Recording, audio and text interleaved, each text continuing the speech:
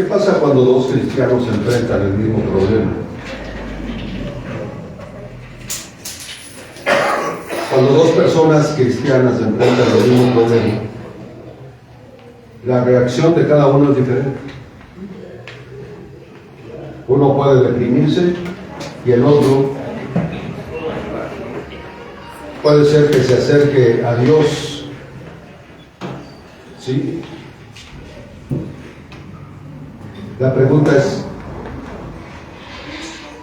¿a qué se debe eso? ¿A qué se debe de que una persona enfrente las cosas con gozo, con alegría, con fe, y que la otra persona, en lugar de enfrentarla de la misma manera, enfrenta sus problemas con depresión, con queja y con otras cosas? Y hoy vamos a aprender que las bendiciones no solamente son porque siempre me va bien. Las bendiciones son también cuando todo sale mal. Pero depende de la actitud que yo tenga ante las circunstancias que yo estoy pasando. Entonces, algunas veces los cristianos sienten que Dios los ha abandonado, los ha dejado, cuando pasan por momentos difíciles. Por ejemplo, cuando la gente no tiene dinero, cuando la gente se enferma, cuando ha perdido su reputación, su prestigio y enfrenta diferentes dificultades. Tal problema nos confronta en cómo nosotros podemos responder, si respondemos bien o respondemos de una manera incorrecta. ¿Sí? ¿Qué pasa cuando nosotros enfrentamos las cosas de una manera incorrecta? Pues nuestro corazón se vuelve duro, indiferente, ¿sí? Tiene una actitud de desconfianza, de inseguridad, de preocupación,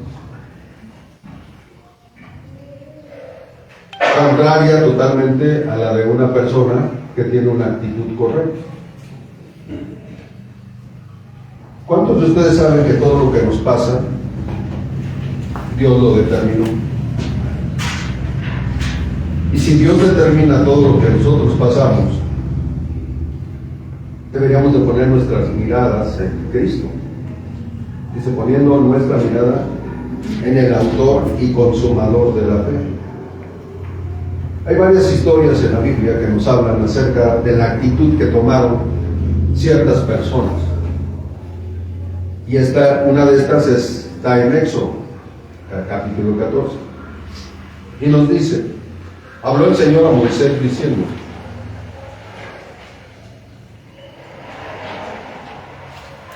di a los hijos de Israel que den la vuelta y acampen delante de Pi-Hahirot, entre Migdol y el mar hacia Baal-Zephón. Delante de él acamparéis junto al mar. Porque Faraón dirá de los hijos de Israel, encerrados están en la tierra, el desierto los ha encerrado. Y yo endureceré el corazón de Faraón para que lo siga, y seré glorificado en Faraón y en todo su ejército. Y sabrán los egipcios que yo soy Jehová, y ellos lo hicieron así. Y fue dado aviso al rey de Egipto que el pueblo huía, y el corazón de Faraón y de sus siervos se volvió contra el pueblo. Y dijeron, ¿cómo hemos hecho esto de haber dejado ir a Israel para que nos sirva? Y unció su carro y tomó consigo a su pueblo. Y tomó 600 carros escogidos y todos carros de Egipto y los capitanes sobre ellos. Y endureció el Señor el corazón de Faraón, rey de Egipto, y él siguió a los hijos de Israel, pero los hijos de Israel habían salido con mano poderosa. Siguiéndolos pues los egipcios con toda la caballería y carros de Faraón, su gente de a caballo y todo su ejército, los alcanzaron acampados junto al mar, al lado de Pi-Hahirot, delante de Baal-Zephón. Y cuando Faraón se hubo acercado, los hijos de Israel alzaron sus ojos y aquí que los egipcios venían tras ellos, por lo que los egipcios, los hijos de Israel, temieron en gran manera y clamaron al Señor. Y dijeron a Moisés: no había sepulcros en Egipto, que nos has sacado para que muramos en el desierto. ¿Por qué has hecho así con nosotros, que nos has sacado de Egipto? ¿No es esto lo que te hablábamos en Egipto, diciendo: déjanos servir a los egipcios, porque mejor nos fuera servir a los egipcios que morir nosotros en el desierto? Y Moisés dijo al pueblo: no temas, estad firmes y ved la salvación del Señor, o la salvación de Jehová, que hará hoy con vosotros, porque los egipcios que hoy habéis visto, nunca más para siempre los vas a ver. Que el Señor peleará por ustedes y ustedes estarán tranquilos. Aquí vemos dos clases de personas. Los dos están enfrentando los mismos problemas. Están siendo perseguidos, están entre el ejército egipcio y entre el mar. Pero la actitud de cada uno del pueblo de Moisés son totalmente diferentes. La actitud de Moisés es de confianza. La actitud del pueblo es de desconfianza. Y algo que la palabra de Dios nos dice es que a los que amamos a Dios, todas las cosas nos ayudan para bien. ¿Qué actitud tienes tú ante la adversidad? ¿Qué actitud tienes tú ante los problemas? ¿Es con fe o es con queja? Aquí vemos la queja del pueblo de Israel. Y a veces pensamos nosotros que Dios nos ha abandonado o que es cruel y que nos mete en situaciones difíciles y que nos abandona en esas situaciones difíciles. Pero Dios de ninguna forma es así. Dios permite que pasemos por momentos terribles, tal vez económicos, de enfermedad, familiares, con un propósito. Pero el propósito de Dios es bueno. ¿Tú crees eso? Cuando tú los enfrentas, actúas con paz, con confianza, con seguridad, o te quejas y dices: ¿por qué me pasa esto a mí? Vean la actitud del pueblo. ¿Sí? En el versículo 11, bueno, desde el 10 dice: cuando Faraón se hubo acercado a los hijos de Israel, alzaron sus ojos, y he aquí que los egipcios venían tras ellos, por lo que los hijos de Israel temieron en gran manera y clamaron a Dios. Al principio tuvieron una actitud aparentemente buena, clamaron a Dios, pero muchas personas, cuando pasan por un trance largo, su fe decae. Empiezan orando a Dios, pidiéndole, pero cuando su respuesta no es rápida, cuando la respuesta no satisface a esas personas, entonces ya no claman a Dios, sino se quejan de Él. Y aquí vemos que ellos clamaron a Dios. ¿Qué tenían? Miedo. El miedo es algo natural en la vida de las personas. Todos los que estamos aquí hemos tenido miedo, pero no debemos dejarnos controlar por el temor. Porque si tú te dejas controlar por el temor, no importa lo capaz e inteligente que tú seas, el temor te dominará, como a ellos los dominó. Veamos el versículo 11. Y dijeron a Moisés: aquí viene el reclamo, como si Moisés los hubiera sacado del desierto. Tú puedes estar ahorita como cristiano y decir: ¿por qué Dios está permitiendo que yo pase por esto? ¿Por qué la gente se ha levantado en contra de mí? ¿Por qué hay problemas en la casa? ¿Por qué esa persona afectó mi reputación? ¿Por qué aquella persona está hablando cosas que no son verdad de mí? Y podemos nosotros decir muchas cosas. cuando estamos pasando por momentos difíciles. La actitud es correcta. La actitud correcta demanda fe, una confianza total en Dios. Y cuando no hay esa confianza total en Dios, es cuando la gente tiene una actitud de temor y de queja. Y dijeron a Moisés: ¿no había sepulcros en Egipto que nos ha sacado para que muramos en el desierto? O sea, ¿cuál fue la actitud? La actitud de ellos fue de reproche. Ellos pensaron que Moisés y Dios los habían sacado para matarlos. Ahora, ¿qué concepto de Dios tiene esta gente? Pero hay mucha gente en las iglesias que así es, que tiene este mismo concepto que tienen los israelitas, que dicen: sí, yo no sé, pero antes yo vivía mejor. Antes de ser cristiano no tenía tantos problemas. Y pensamos nosotros que la vida de antes es mejor que la de ahora. Pero ahora tienes a Jesucristo, quien te respalda, quien te ayuda, quien te fortalece, y antes no tenías a nadie quien te fortaleciera. Estas personas murmuraron. ¿Qué es murmurar? Uno de los propósitos de la murmuración es decir algo a voces, al oído. ¿Con qué propósito? Puede haber diferentes propósitos. Pero en este caso, era murmurar en contra de Dios, para destruir la reputación de Dios y la reputación de Moisés. A eso es la murmuración. Cuando alguna persona se te acerca: oye, ya viste que en Ven a Jesús, ¿no?, entra mucho dinero. Que no es cierto. No, sí, lo digo. Pero la murmuración crece. ¿Cuál es la raíz de ese problema? Destruir la reputación de otro. Y hay que tener mucho cuidado con eso. Aquí ellos le dijeron: ¿sabes qué? No había sepulcros allá, ¿para qué nos sacaste si podíamos morir allá? Es más, allá teníamos comida.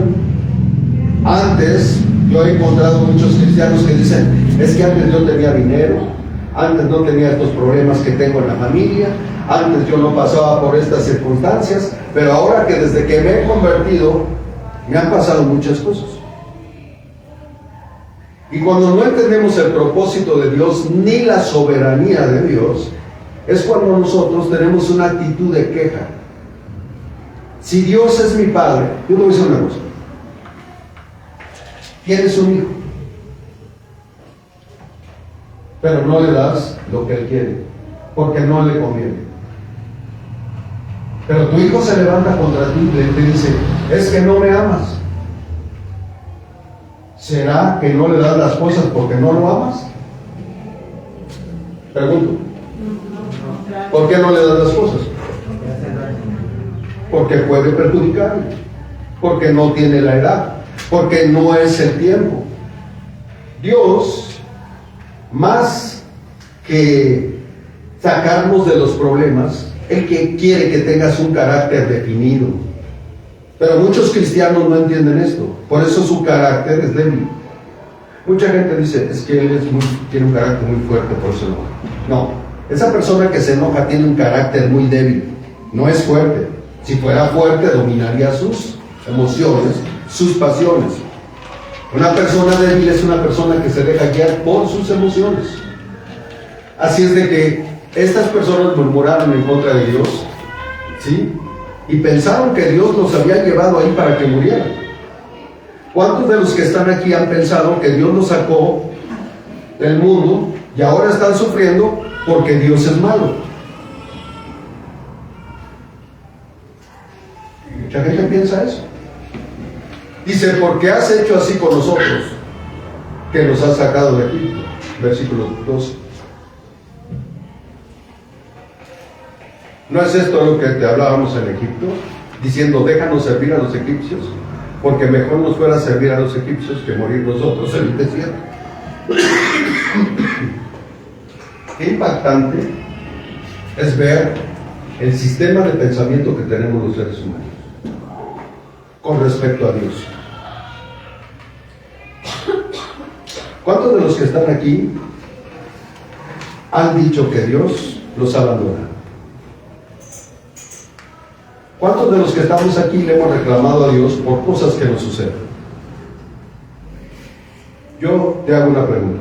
¿Dios será esa clase de Dios que te permite pasar por momentos difíciles porque eres malo? ¿Porque te odia? ¿Porque quiere que muera? ¿Qué padre aquí hace cosas para que su hijo muera? ¿Qué padre aquí hace cosas para que su hijo sufra? Los puede haber. Pero esas personas no están bien de la cabeza. Un padre ama a su hijo. Una madre ama a su hijo.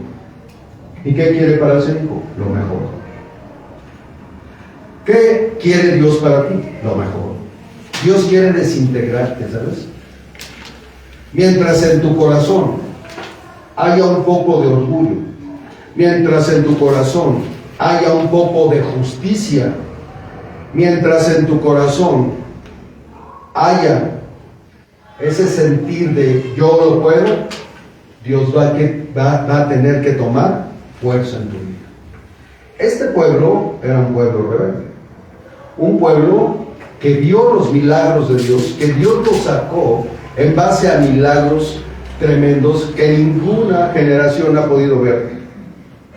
Sin embargo, ellos seguían teniendo el pensamiento de Egipto. Y hay muchos cristianos que siguen teniendo el pensamiento de Egipto. Viven en el pensamiento del mundo. Piensan como la gente del mundo piensa. Y no pensamos como Jesucristo piensa.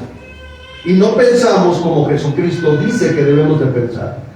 Vayamos a Filipenses capítulo 4, versículo 8.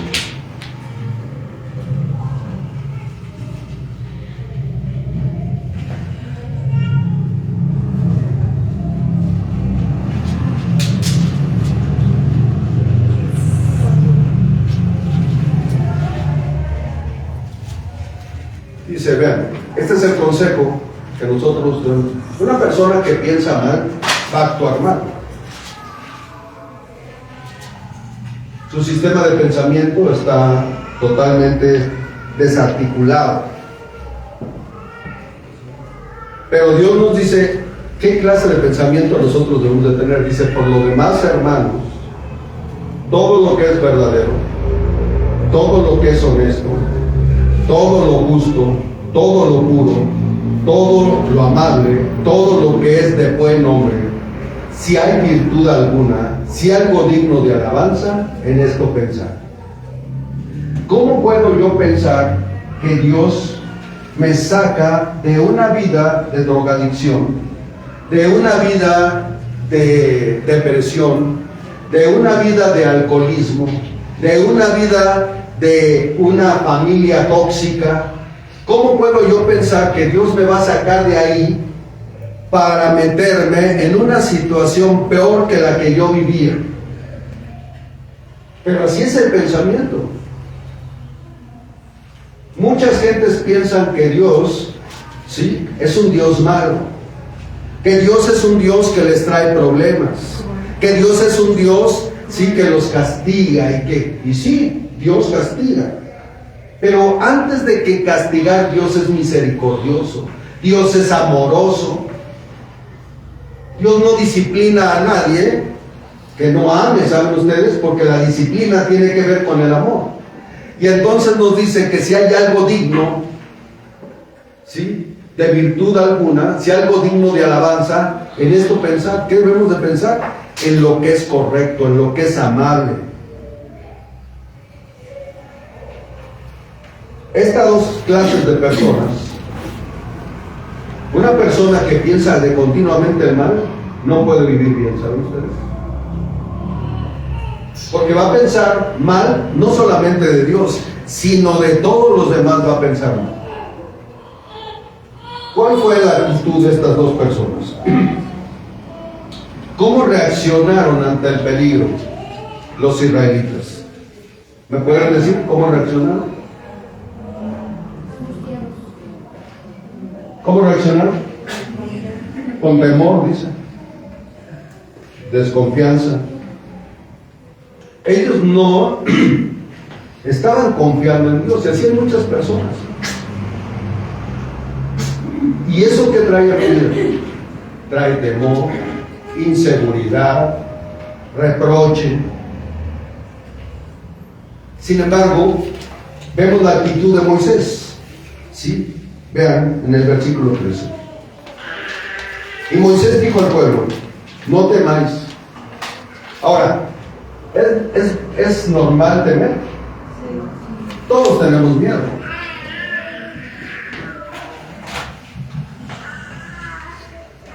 El temor puede llegar a tu vida, pero ¿qué es lo que lo convierte en fuerza? La confianza que tú pongas en Dios. Cuando nosotros ponemos nuestra confianza en Dios, entonces todo lo demás desaparece. Desaparece la desconfianza, desaparece el temor. Yo sé que Dios está haciendo algo bueno en mi vida. ¿Cuál era el deseo de Dios? Que ellos confiaran plenamente en Dios. ¿Cuál es el deseo de Dios para tu vida cuando pasas por momentos difíciles? Que tú vayas y te hinques a Él y le digas: Señor, te necesito en mi vida. Pero muchas personas que tienen el mismo problema como Moisés toma una decisión, y vean lo que les dice: no temas, estad firmes. Pero ellos tenían temor. Ellos ya se habían quejado. Son dos actitudes totalmente diferentes. Y dice: sí, estad firmes y ved la salvación de Dios. Qué importante es tener la confianza, la seguridad para poderle transmitir a otras personas que Dios está con nosotros y que lo que está pasando tiene que ver con su soberanía, pero que Dios tiene planes para nuestra vida y que Él desea que cuando yo esté pasando por momentos difíciles, mi confianza vaya hacia Él y no apartarme de Él. Puedes tomar la decisión de deprimirte. No tienes dinero hoy, no tienes para pagar Electra, no tienes para pagar la luz. Puedes deprimirte. O puedes darle gracias a Dios y decir: Señor, yo sé que va a haber una salvación, me vas a dar un trabajo, me vas a sacar de esto, vas a mandar ángeles, yo no sé qué vayas a hacer, pero yo confío, Señor. Tú sabes que estoy haciendo lo que es correcto, y yo sé, Padre, que la salvación proviene de Jehová de los ejércitos. Amén. Dice: ved la salvación de Jehová. Hará hoy con ustedes. Porque los egipcios que hoy habéis visto, nunca más para siempre los veréis. El problema que estás pasando ahorita, que parece que nunca se va a acabar, se va a acabar. Porque nada es para siempre, señores. Nada. Todo tiene un tiempo, y Dios es soberano sobre eso. Él quiere desintegrarte a ti. Él quiere quitar tu orgullo, tu autosuficiencia. Él quiere que tú seas dependiente de Él. No seas tú dependiente de lo que tú puedes hacer. Pero si nosotros no lo entendemos, si nosotros no tenemos esa concepción de Dios, de que Dios es bueno y que está tratando en mi vida, y que esa vida que Dios quiere que se asemeje a la de Él. Vean Isaías capítulo 6. Cuando Isaías tuvo un encuentro con Dios, es que eso es lo que no queremos nosotros. Lo que queremos nosotros es paz, dinero, televisión, papas fritas, ¿sí? Coca-Cola. Sí, eso es lo que queremos. Pero Dios dice: en el mundo tendréis aflicción. Dios dice, Jesucristo dice eso: en el mundo tendréis aflicción, pero confía, yo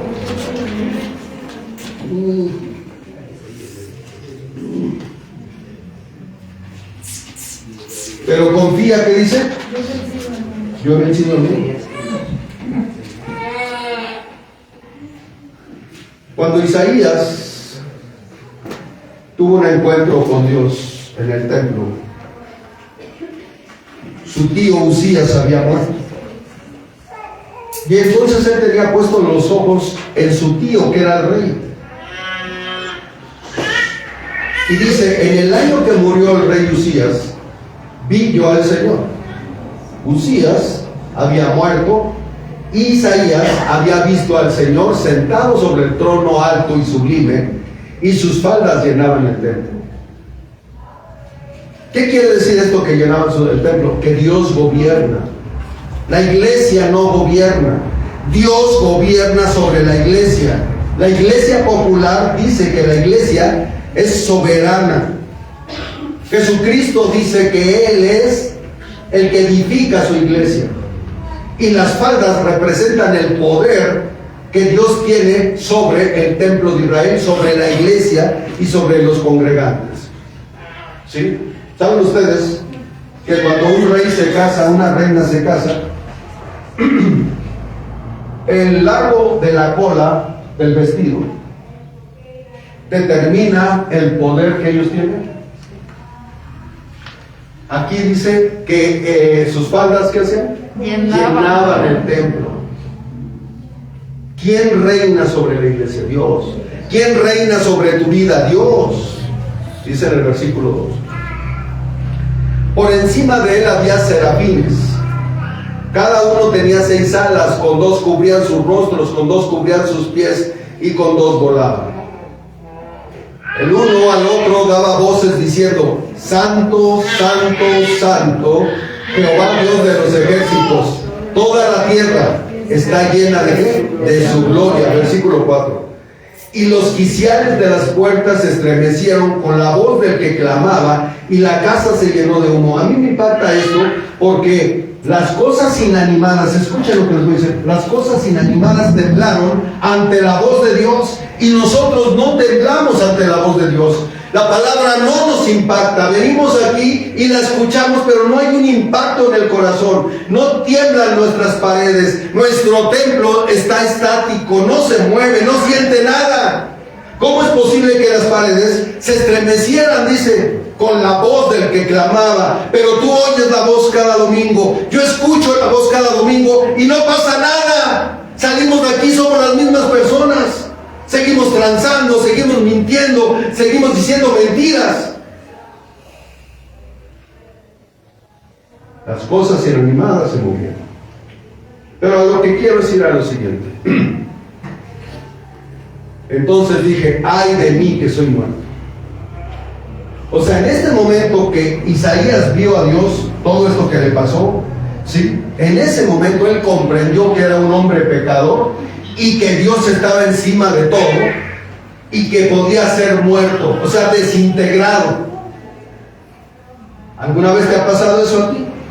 Te sientes que estás en la presencia de Dios y dices: oh Señor, siento muerte en mi vida. Porque siendo hombre inmundo, ve a Dios. Y habitando en medio de pueblo que tiene labios inmundos, han visto mis ojos al Rey, Jehová de los ejércitos.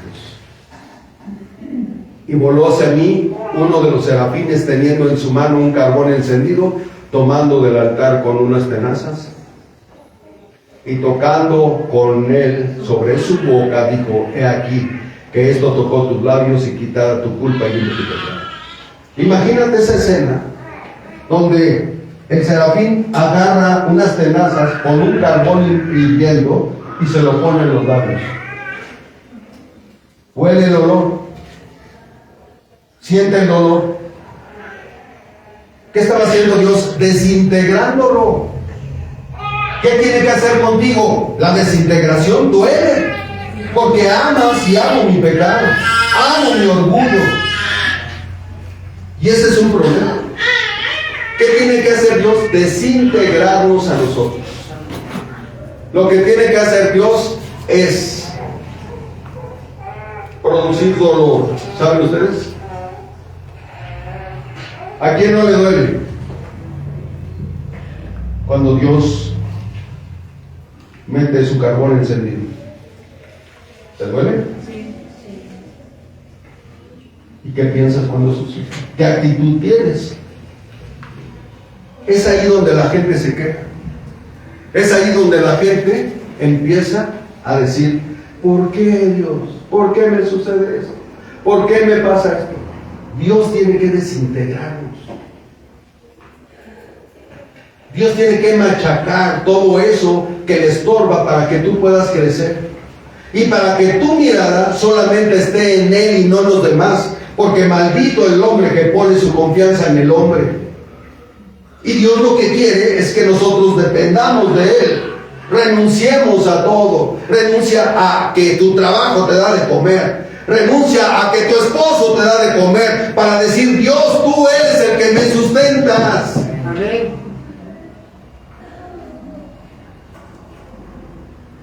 Tocó tus labios y es quitada tu culpa y limpia tu pecado. ¿Cuántos de ustedes quieren que el carbón encendido toque hoy sus vidas? Y que te muestre tu pecado. Y que le digas, sí, o que dice he aquí que esto tocó tus labios y es quitada tu culpa. De confiar en ti. La actitud de uno será no de confianza en Dios. Ellos reclamaron a Dios. Y si tú le estás reclamando a Dios, hoy puedes decirle, ¿sabes qué, Dios? Perdóname, Padre, porque la culpa no es tuya, la culpa es mía. Estoy reclamándote algo que yo acepté. Yo quise salir de Egipto, tú quisiste salir del pecado. ¿Y sabes qué? Tú no tienes ya ningún derecho porque Cristo te compró por un precio. ¿Escuchaste bien lo que te dije? Tú no tienes ningún derecho sobre tu vida porque Él ya lo compró.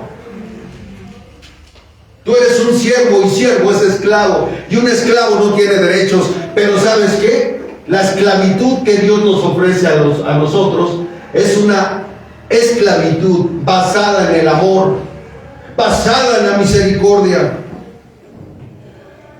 Y Dios va a trabajar en tu vida porque tenemos muchas deficiencias. Y sabes que entre más te opongas, más Dios lo va a hacer. Entre más te opongas al cambio, Dios va a tocar tu vida. Isaías tuvo que ser desintegrado. Cuando alguien es alcohólico y llega al fondo, se le llama desintegración personal. Es un término que utiliza la psicología. Cuando esa persona llega al fondo, ¿qué pasa con su vida? ¿Qué pasa con el sistema de pensamiento que tiene en ese momento? ¿Qué pasa con una persona que llega al fondo?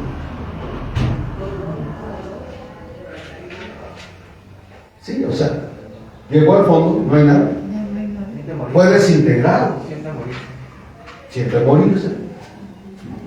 Siente que no vale nada, se siente culpable, llegó al fondo. Y muchos de nosotros tenemos que llegar al fondo para comprender que Dios nos... Si llegas al fondo, ¿qué hay después del fondo? Todo es para arriba. Dios tiene que desintegrarnos. Por eso dicen, llegó al fondo. Porque en el fondo ya no hay nada para Él. En el fondo todo se acabó. Pero hay una persona que te puede sacar del fondo en el que estás sumido y sumergido, y se llama Jesucristo. Pero ¿saben? Es mejor tener una actitud de confianza, de seguridad en Dios. Moisés tuvo confianza en Dios. Ahora, me gustaría que fuéramos a Hebreos, capítulo 11, y les quiero decir algo. Estas personas que están en Hebreos no tenían Biblia como tú la tienes ahorita. ¿Saben? Dios a esta generación nos va a demandar tantas cosas porque tenemos tantos recursos. ¿Y cómo puede ser que estas personas sin Biblia pudieron hacer cosas, sí, que exaltaron la gloria de Dios? Sin Biblia. Hebreos 11.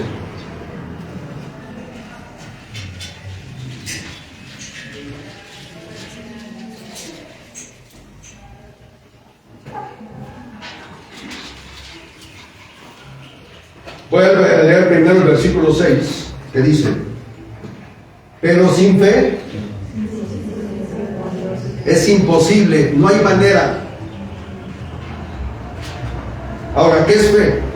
Fe es certeza, seguridad, conocimiento, convicción de lo que no vemos, pero sabemos que existe. Yo sé que Dios está haciendo algo en mi vida. Lo que te debe de preocupar no es el cáncer que tienes. Lo que te debe de preocupar no es si no tienes dinero. Lo que te debe de preocupar, ¿sí?, es entender por qué Dios lo está haciendo en tu vida.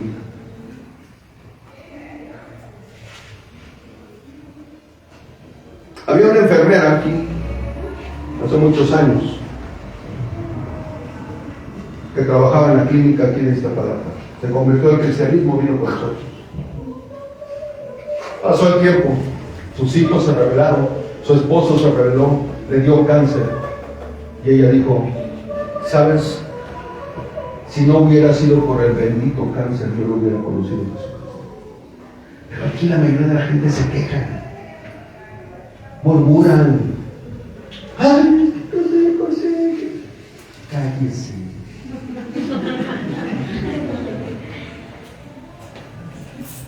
Sí, porque estás atentando en contra de Dios, porque Dios lo permitió. ¿Y por qué lo permitió? Pues porque te ama, porque quiere liberarte de eso que estás diciendo, que por qué me pasa, en lugar de que digas, Señor, ¿sabes qué? Qué bueno que estás tratando aquí con mi corazón, qué bueno, quiero tener una actitud correcta delante de ti. Entonces dice, pero si es imposible agradar a Dios, porque es necesario que el que se acerca a Dios crea que le hay. Es necesario que tengas fe y que creas que Él está ahí, y que Él está en el momento difícil, y que Él está en el momento glorioso. A ver, ¿por qué no se quejan cuando Dios les da $1,000,000 de pesos? ¿Por qué no se quejan cuando Dios les da televisiones, refrigeradores? ¿Por qué no se quejan? Pero sí nos quejamos cuando no tenemos nada de eso. No, Señor, es que yo no quiero ese refrigerador. Pero si no lo da, pero sin fe es agradable, sin fe es imposible agradar a Dios, porque es necesario que el que se acerca a Dios crea que le hay y que es galardonador de los que le buscan. O sea, Él galardona, le da un premio a aquellos que le buscan, no solamente cuando le va bien, sino también cuando decide que Dios tiene la soberanía en su vida para hacer lo que Él quiere con él. Vayamos más adelante.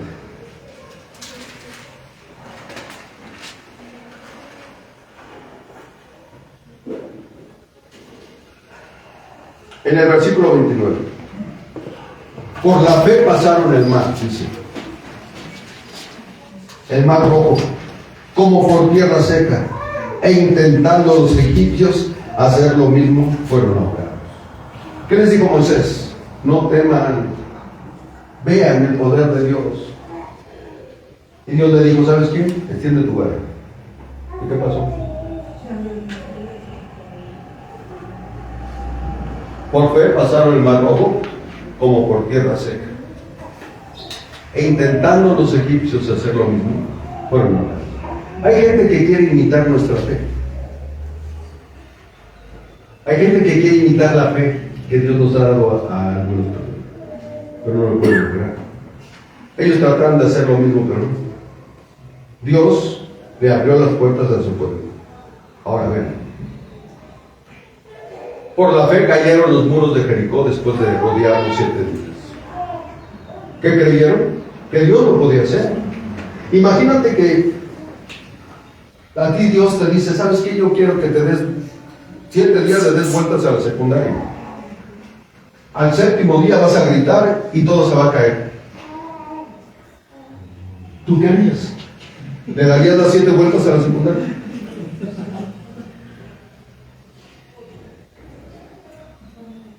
¿O le diría, Señor, es una locura? Pero ellos lo hicieron. Versículo que sigue. Por la fe, Rahab la ramera no pereció juntamente con los desobedientes, habiendo recibido a los espías en paz. 32. ¿Qué más digo? Porque tiempo me falta contando de Gedeón, de Barak, de Sansón, de Jefté, de David, así como de Samuel y de los profetas, que por fe conquistaron reinos. O sea, la actitud correcta es creer, confía. Tú llegas a tu casa ahorita y abres una lata de chiles y confías en que está bien. Y te la tragas y te la comes. ¿No? Y te la comes y tú dices, bueno, ¿crees que?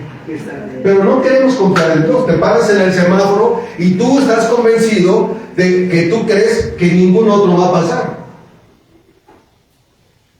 Y te paras ahí y crees en eso. Pero no creemos en Dios. Dicen que por fe conquistaron reinos, hicieron justicia, alcanzaron promesas, taparon bocas de leones. ¿Se acuerdan de Daniel? Lo aventaron a los leones. ¿Tú crees que Dios puede hacer eso contigo? El problema es que nosotros no creemos eso, pero Dios lo puede hacer. Dice, taparon bocas de leones, apagaron fuegos impetuosos, evitaron filo de espada.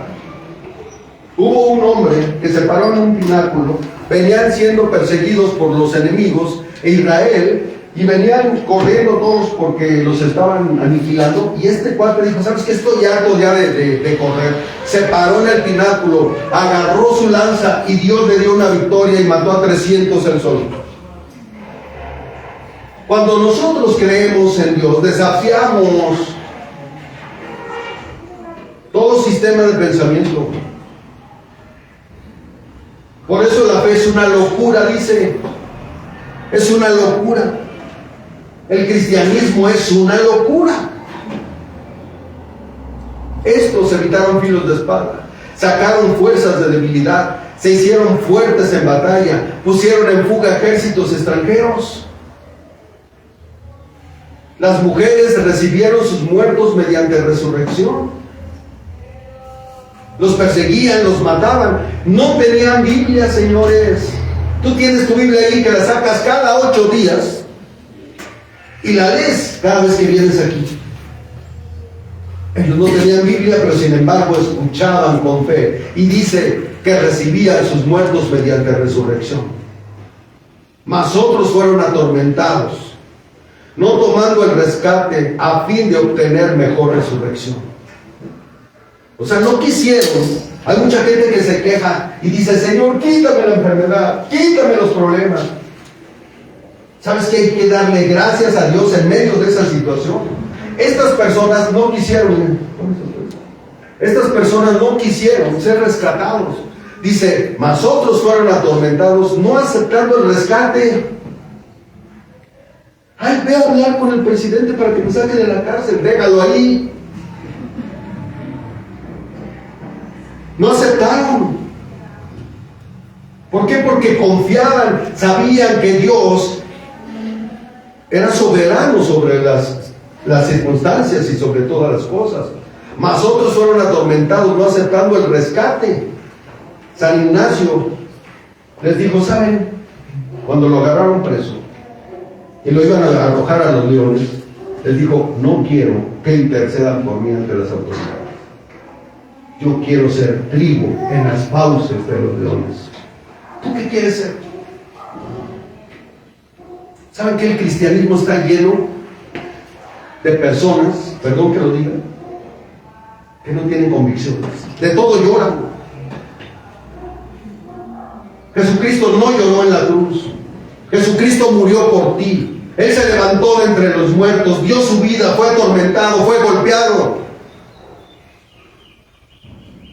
Y no se quejó. Y nosotros debemos de imitarlo a Él. Estas personas escucharon, no tenían Biblia, aceptando, ¿sí?, no ser rescatados, a fin de obtener mejor resurrección.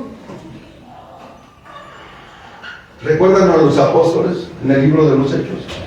¿Qué actitud tomaron cuando fueron a la cárcel? Pablo y Silas estaban cantando. ¿Tú qué haces cuando tienes problemas? Te vas a llorar, ayúdame. Te hablas a tu comadre en lugar de hablarle a Dios. Oye, ¿no me prestas, por favor? En lugar de ir con Dios y decirle, ¿sabes qué, Dios? estoy pasando por esta situación. Si después si quieres ir con la comadre, está bien, pero primero ve con Dios. Versículo 36. Otros experimentaron vituperios y azotes. El apóstol Pablo fue azotado varias veces, y a más de esto, prisiones y cárceles. Fueron apedreados. ¿A ti te han apedreado? ¿Dónde está la sangre? ¿Dónde está la sangre para que te quedes? ¿Dónde? Puestos a prueba, muertos a filos de espada, anduvieron de acá para allá cubiertos de pieles de ovejas y de cabras, pobres, angustiados y ¿qué? Maltratados. De los cuales el mundo no era digno, errando por los desiertos, por los montes, por las cuevas y por las cavernas de la tierra. Todos estos, aunque no alcanzaron buen testimonio mediante la fe, buen testimonio mediante la fe, no recibieron lo prometido. Y nosotros queremos recibir todo. Es que Dios dice que tú vas a ser próspero, nada de eso. Si quieres ir a esas enseñanzas, vete con Cash Luna. Hay muchas iglesias aquí que hablan de la prosperidad. Pero Dios no promete eso. Dios promete aflicción. Y promete estar contigo. Y promete darte lo que necesitas. Pero estos hombres no recibieron lo que se les había prometido. Proveyendo Dios alguna cosa mejor para nosotros, para que no fuésemos perfeccionados aparte de ellos. ¿Saben cómo fue muerto Isaías, el que leímos ahorita en el capítulo 6? ¿Quién sabe cómo fue muerto? ¿Nadie sabe? Agarraron una sierra, esas sierras que cortaban de lado a lado, manual, y lo partieron a la mitad. Todo por seguir a Jesús. A las mujeres les cortaban los pechos en el tiempo de Jesús.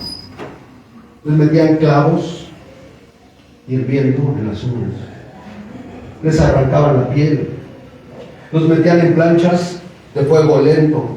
Imagínate, y ahora lloramos que porque nos salen pecas y hace calor. Que por si hace frío. O sea,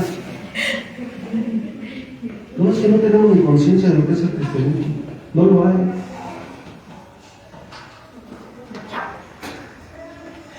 Y más con la generación de azúcar, ¿no? De cristal. De cristal. La generación de cristal se rompe con cualquier cosa.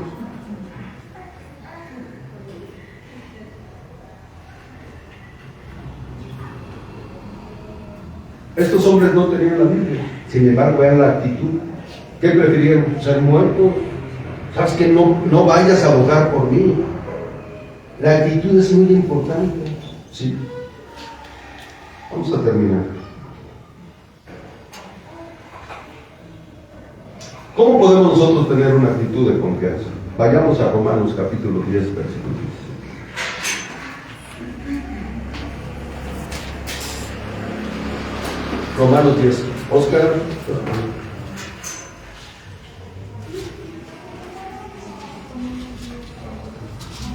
Romanos 10, 17. Así que la fe es por el oír. Y el oír por la palabra. ¿Cómo se despierta mi fe? Escuchando. Pero escuchando con fe, no viniendo a escuchar. Creyéndolo. Creo eso. Entonces yo puedo tener una actitud correcta cuando yo escucho con fe. Así que la fe es por el oír y el oír por la palabra de Dios.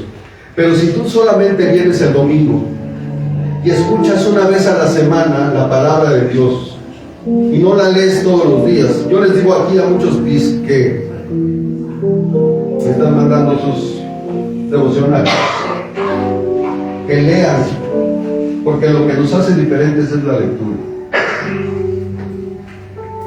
Vean lo que dice Efesios 5:18.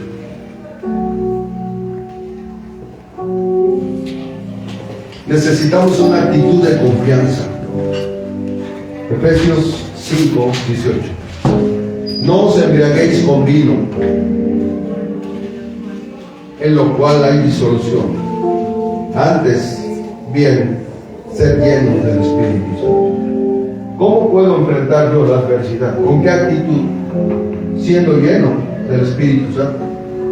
¿Qué es ser lleno? Pues lleno es estar lleno de las palabras de Dios.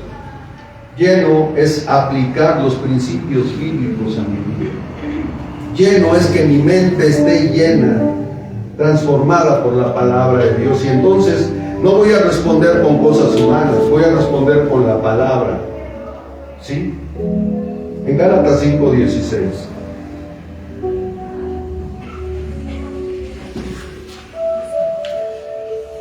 Digo pues, andad en el Espíritu. ¿Y qué dice? Si ando en el Espíritu, no voy a tener deseos porque carne. Si estoy lleno de Dios, voy a tener la actitud correcta, porque no voy a satisfacer los deseos de mis pasiones. Yo sé que Dios está haciendo lo que es correcto en mi vida. En Tesalonicenses 5:17.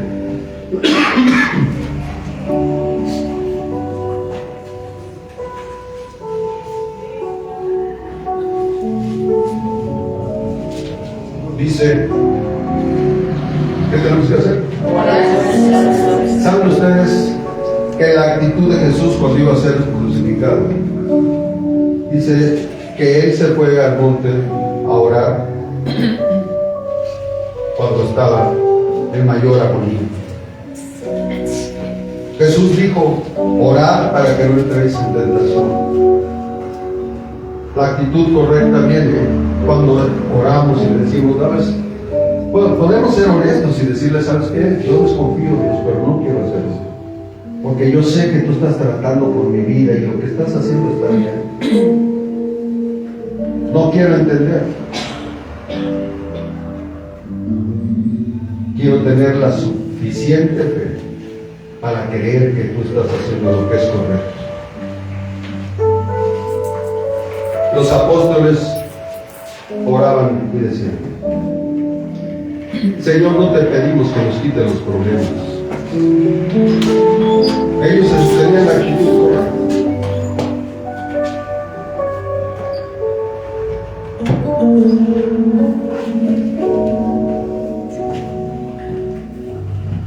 Además, cuando tenemos la actitud correcta, ¿sabes qué? Dios es glorificado, porque hay un mundo de gente alrededor de nosotros.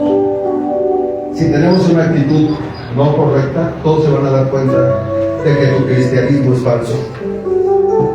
Pero cuando tienes la actitud correcta, a la gente se le va a tocar. Van a decir, wow, yo quiero eso. Y tal vez todos nosotros. Yo un día, cuando me fui a Islas Marías, yo pedí el cambio para irme a Islas Marías. Y llegamos y nos pusieron a cortar zorro. Eran varios campos de zorro. Entonces nuestra tarea era 6 surcos de aquí a la calzada de Ermita. Tenemos que cortarlos sin saber, sin nada, con un calor a 40 grados. Y entonces al tercer día yo me quejé.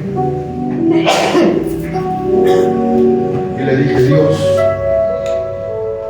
¿por qué me trajiste para acá? Y entonces me recordó, tú me pediste. Y cuando recordé eso, que yo fui el que pedí, dije, Señor, perdóname. Desde este momento dejo de quejarme. Y voy a glorificar tu nombre, Padre. Y así lo hice. Y lo hice. Porque hay momentos en la vida en los que uno se equivoca, pero hay que cambiar. Lo importante es que tú cambies. Dios se molesta cuando sabes que Él tiene todo el poder para ayudarte, pero cuando no lo queremos hacer. Cuando nos aferramos a nuestras fuerzas, a lo que yo puedo, a lo que yo deseo, a lo que yo quiero. Cuando nuestra vida debe de ser y hacer lo que Él quiere que nosotros hagamos. Vamos a ponernos de pie.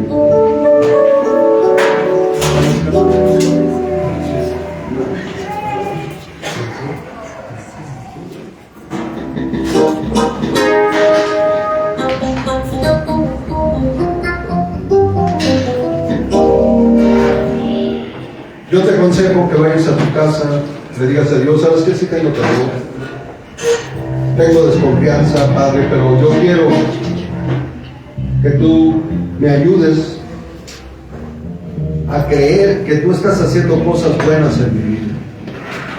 Porque Dios tiene cosas maravillosas para nosotros, pero nosotros a veces no las podemos ver porque tenemos una actitud contraria, incorrecta.